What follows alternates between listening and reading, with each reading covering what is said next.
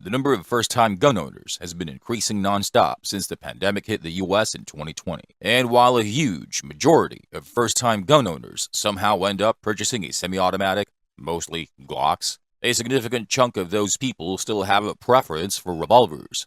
If you think about it, when SIG revolutionized CCWs with the release of their P365 in 2018, revolvers should have gone the way of the dodo. Heck, if we go back to the days of the Philippine-American War, revolvers should have become extinct when the US military adopted the M1911 as their standard issue sidearm in 1911. Yet, somehow, they keep clawing their way back into popularity. Not too long ago, Colt revived their long-discontinued legendary snake guns, the Cobra, the King Cobra, the Python, and the Anaconda. Charter Arms hasn't shown signs of slowing down production of their revolvers. Surely, 2024 is a great time to be a revolver enthusiast. But as with all other types of firearms, there are revolvers that just make no sense to own. In this video, I'll talk about the 5 revolver models I would never buy. Number 5.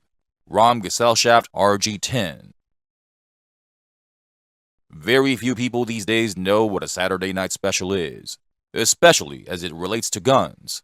I can be wrong, but if you're a millennial like yours truly, and all you really know about when it comes to guns is Gucci-fying your Glock, then there's a pretty good chance you have no idea what a Saturday night special is. I won't get into it in great detail because it is a pretty broad topic. I think it deserves its own video. If you want us to make a video on it, just let us know in the comments. But simply put, a Saturday night special is a poorly built handgun made with pot metal, chambered in a rimfire cartridge, and can be purchased brand new for dirt cheap. The ROM Gaselshaft RG10 is a perfect example of a Saturday night special, though it has to be said that most Saturday night specials are semi-automatic pistols. As I said earlier, Saturday night specials are made of pot metal, typically zinc alloy or Zamac, or any kind of junk with a low melting point. It is primarily what makes the RG10 a Saturday night special. Given how much pot metal was used to build Saturday night specials like the RG10, the manufacturer ROM Gaselshaft must have invested heavily in pot metal processing. Back in the 1960s when they were first produced, RG10 revolvers were reportedly selling for $10 a piece. At the time, the most affordable Smith & Wesson revolvers were going for $60 or so. The RG10 is a double-action revolver chambered in .22 short and has a 6-round capacity. Yes, you heard it right, .22 short. You may think this highly unpopular rimfire cartridge is hard to come by, but surprisingly, you can find boxes and boxes of it on popular online ammo retailers like ammo.com. The .22 short, despite its light bullets moving at low velocities, is still capable of upwards of 80 foot-pounds of force at the muzzle, which makes the RG10 more powerful than most non-lethal CO2-powered guns, so in theory, it should still be better than having nothing. But it has a reputation for being the most unreliable revolver in the world because of its poor use of hot metal. The pins that hold the frames together are often made of more durable metal than the frames themselves. And with repeated shots, they would vibrate, loosening the holes, causing the gun to rattle and affecting the cylinder's timing. And if you know how a revolver's cylinder works, an out-of-time cylinder means it's only as good as a paperweight.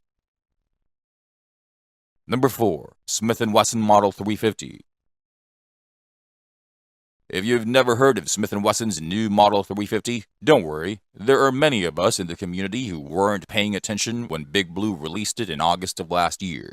The Smith & Wesson Model 350 is a new wheel gun that the company built on their monstrous X-frame, which makes it the company's third X-frame model, the other two being the Model 500 and the Model 460 XVR. The Model 350 is chambered for a similarly new cartridge, the 350 Legend. The 350 Legend is a straight-walled rifle cartridge developed by Winchester. It is relatively weaker compared to most rifle cartridges, but it's vastly more powerful than most pistol cartridges. It was primarily designed for use in some states where specific regulations are in place as far as hunting deer with straight-walled center-fire cartridges.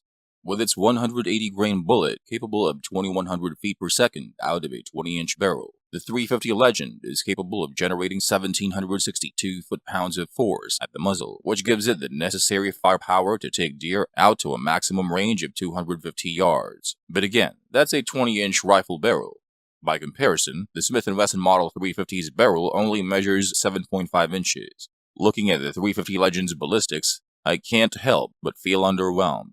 Out of the Smith & Wesson Model 350 7.5-inch barrel, a 170-grain 350 Legend bullet can reach 1,551 feet per second, which equates to a muzzle energy of only 908 foot-pounds of force. That is effectively only half of its ballistic potential. What a letdown, especially considering the gun's dimensions and MSRP.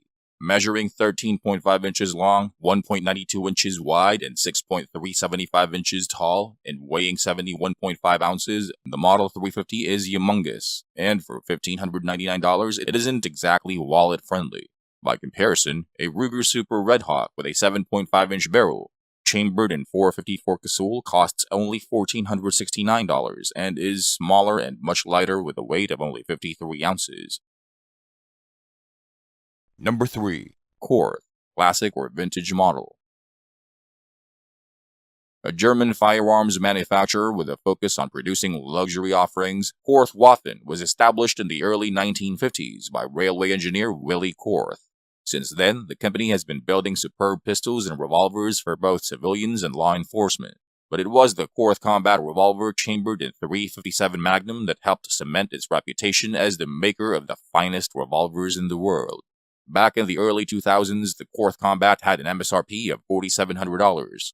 Among the richest of revolver collectors, there is a presumption that in the race for quality, the Korth Combat will always come first. The Manurin MR73 will be a close second, and the Colt Python and the Smith & Wesson 686 will both finish a distant third. Each Korth is constructed over the course of anywhere from 3 to 4 months, with all the hand-fitting done by a single master gunsmith. And unlike most production revolvers on the market today which use MIM parts, Korth revolver parts are painstakingly hand-ground from forged and thoroughly hardened proprietary steel. And because every Korth revolver is built differently depending on a specific customer's needs, these revolvers are unmatched in terms of smoothness of function, fit, finish, durability, and accuracy, even after firing well over 50,000 rounds at full-power .357 Magnum loads. But no matter how good these revolvers are, I would never buy a Korth Combat for $4,700, let alone a classic or a vintage model for its current MSRP of $9,000. Even if I win a Powerball grand prize, I still wouldn't buy one. There are just so many good guns I could buy for that kind of money. But if you happen to own any Korth revolver model, tell us how you like it in the comments section. Number 2. Taurus Model 856 Executive Grade. It wasn't too long ago when Taurus released their Model 856 Executive Grade. In fact, as of the making of this video, it has only been 9 months since it was released, but it has already managed to gain notoriety online. A popular YouTube gun channel, The Gun Collective, showed in a video how a brand new Taurus 856 Executive Grade could fall apart moments after taking it out of the box for the first time and shooting a couple of boxes of ammo through it. The Taurus 856 Executive Grade wasn't built for the big bore Magnum revolver enthusiast because it will only safely chamber and shoot 38 Special Plus P ammo, nothing more. It has an MSRP of $689, which for its value proposition is a pretty good price.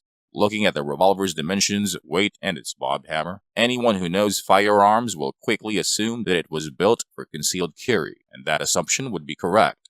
Built on Taurus's small frame, the Taurus 856 Executive Grade is a snub-nose revolver that weighs in at 25 ounces unloaded. It is relatively light, considering that except for its wood grips, the whole firearm is made of heavy stainless steel. But it's also for this reason that the Brazilian company decided not to chamber it in anything more powerful than 38 Special Plus P. With a barrel length that measures only 3 inches, the Taurus 856 Executive Grade has an overall length that measures 7.5 inches. Taurus decided to do away with adjustable rear sights and instead used notch-style rear sights cut into the stainless steel frame, which gives the 856 Executive Grade an overall height of 4.80 inches. This makes the revolver shorter than even something as easily concealable as a Glock 43X. But since it is a wheel gun, its 6-shot cylinder measures 1.41 inches wide, which still makes it a bit more challenging to conceal. And lastly, the 856 Executive Grade has a brushed satin finish that does give it that custom gun shop look and feel, not too different from the more expensive Smith & Wesson Performance Center models. there isn't a single machine mark to be found. But if you know Taurus, you know how they make their guns look beautiful, but they tend to use subpar parts or flawed designs. $689 may seem like a good price, but for that kind of money, I would much rather buy a police trade-in Ruger Service 6. It's a proven revolver design that is built like a tank and will happily shoot full-power .357 Magnum loads all day without falling apart. And the best thing about it is, it can be purchased for around $550 in mint condition. Number 1. Smith & Wesson Model 340 PD. Unlike some of the other models, there isn't inherently anything wrong with the Smith & Wesson Model 340 PD as far as reliability. Big Blue touts this model as their lightest J-frame revolver that is strong enough to handle .357 Magnum levels of pressure, and that is 100% true. In fact, you would be hard-pressed to find any wheel gun that is smaller or lighter. You can check all of Smith & Wesson's competitors' catalogs. The Model 340 PD is one of a kind. That's because Smith & Wesson is the only firearms manufacturer that uses aluminum scandium alloy for their lightweight revolver frames.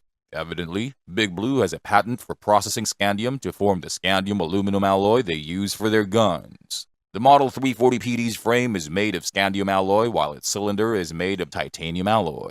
This little wheel gun has no business chambering and shooting factory .357 Magnum rounds. But that is just a testament to Smith & Wesson's engineering and years of gun-making experience. So, if the Model 340 PD is so good, why is it on this list? Well, it's because of the flinch I developed, shooting the damn thing. The .357 Magnum is powerful, and it does kick, but it doesn't have as punishing of a recoil as its bigger Magnum cartridge brothers have when fired from an all-steel revolver like a Smith & Wesson Model 66. And its recoil is even more manageable when fired from heavier revolvers like the Smith & Wesson 686. But the Model 340 PD is an incy-wincy little J-frame revolver that weighs only about 11.8 ounces. Yes, its scandium alloy is strong enough to handle .357 Magnum pressure levels, but try emptying a box of full-power .357 Magnum loads in one sitting, and you're in for a world of pain. Palm and wrist pain, that is. No matter how handy and durable the Model 340 PD is, its lightweight makes it one of the most painful handguns you can ever shoot. To me, making it as light as it is pointless. Granted, lightweight models are great for concealment because you can lug them around all day without you feeling sore. But Big Blue could have just chambered the Model 340 PD in .38 Special Plus P. It may not be as powerful as the .357 Magnum, but it can get the job done too, and without the kick. But I understand there are masochists among us in the gun community. If you happen to own a Model 340 PD and you're one of the very few who love the way it recoils, feel free to opine on the matter in the comments section. And that's all I have for you in this video. Please like, share, subscribe, and click on that little bell icon so you don't miss out on any of our future videos.